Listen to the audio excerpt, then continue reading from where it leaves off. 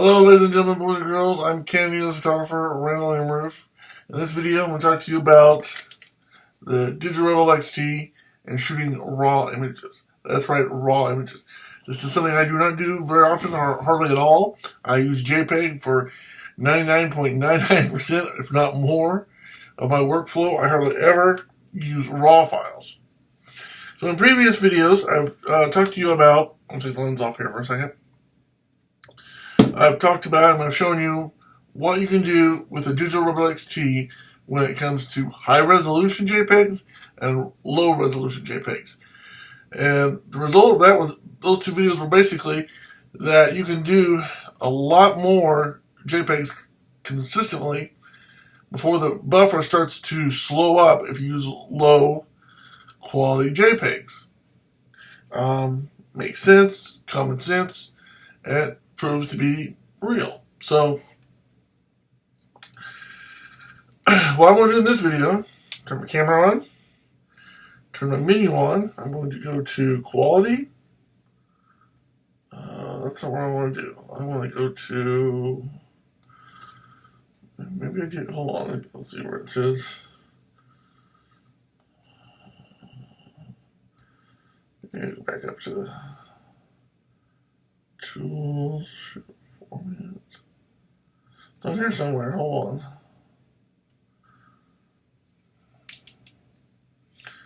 The menu. I can figure out the menu here. I know there's one on here somewhere where it's maybe it's in program mode. Okay, here, maybe it's format. No, that's not it. It's on here somewhere. Hold on, I gotta find out where it's been so long since I used it. Don't even know where it's at. Format, that's not it. Play. Protect, rotate, panel, review. Custom, where the heck is it? Quality. Oh, here it is. Okay. I guess I had to put it in the program mode to get raw. So what do I go down to? Because what happened before is I just had JPEG quality. This has there's 8 options, and 2 of them are one is 6 of them are JPEG onlys, and it's different variations of JPEGs.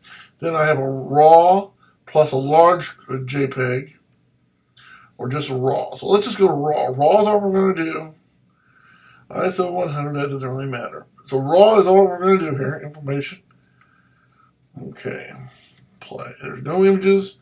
The battery's good to go. So what we're going to do is a speed test. That's we're going to do, see how long you can go shooting a raw only. On the Canon EOS Digital Rebel XT. The camera is supposed to shoot 3.5 frames per second. Is the rated speed. And we're going to see how long that can go before the buffer gets filled up and starts to take less than 3.5 frames per second. Now keep in mind, in the past what I've done is I've shot, it'll shoot for several seconds and then it'll start to slow down. Well, what I'm going to do, as soon as it starts to slow down, I'm going to stop, okay? Because if I continue to go, it'll still take pictures instead of going it'll go, and this could go on for some time. So, what I'm going to do is just, as soon as it stops shooting regularly, I'm just going to stop and we're going to count and see how many raw files, again, no JPEG, nothing but raw, and see how far we can shoot without it stopping or need to slow down to buffer. So here we go. 3, 2, 1.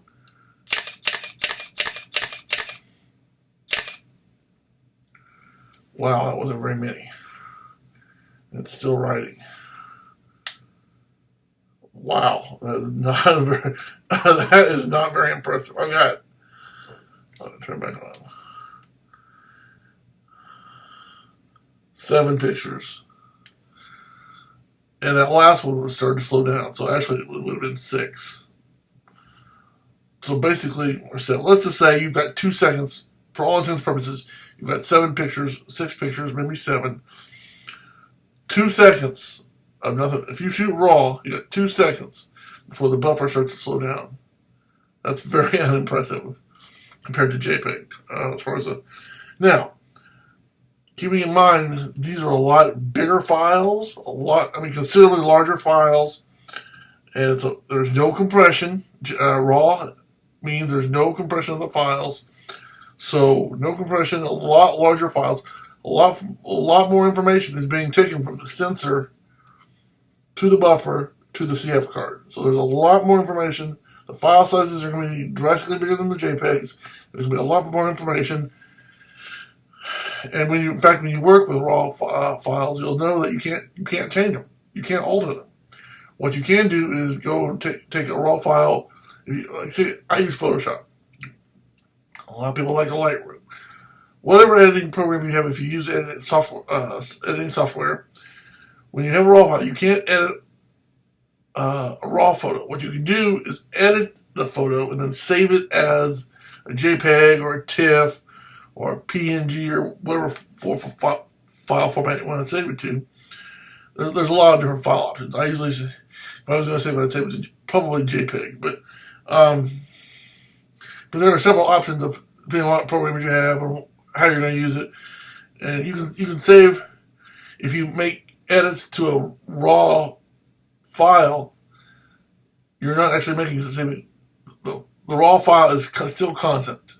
The only way to delete it or get rid of that RAW file is to delete it.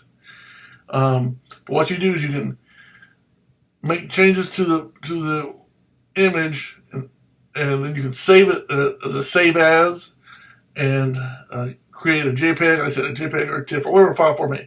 But the RAW file is never changed. So that's one of the reasons I don't like it. When I shoot JPEG, obviously the original JPEG can be changed and altered with Photoshop, which is the program I use. And the fact that JPEGs are the universal picture format, so anything that has anything to do with graphics or photographs of any kind, whether it's Mac or PC, can use or utilize JPEGs. Whereas RAW isn't exactly the same story. Now, it's been getting better, and I'm sure it's going to get better as time goes on. But JPEG is still the universal format, and that's one of the reasons I use it. It is the mainstay format. That and the fact that it's a good thing, too, because 7 frames, wow, not very much. That's 2 seconds at 3.5 frames per second. So, not very impressive turnout for RAW on the Digital XT. Something to keep in mind if you're thinking about buying this camera or getting a used one or whatever. Most of them nowadays you get that this camera would be used.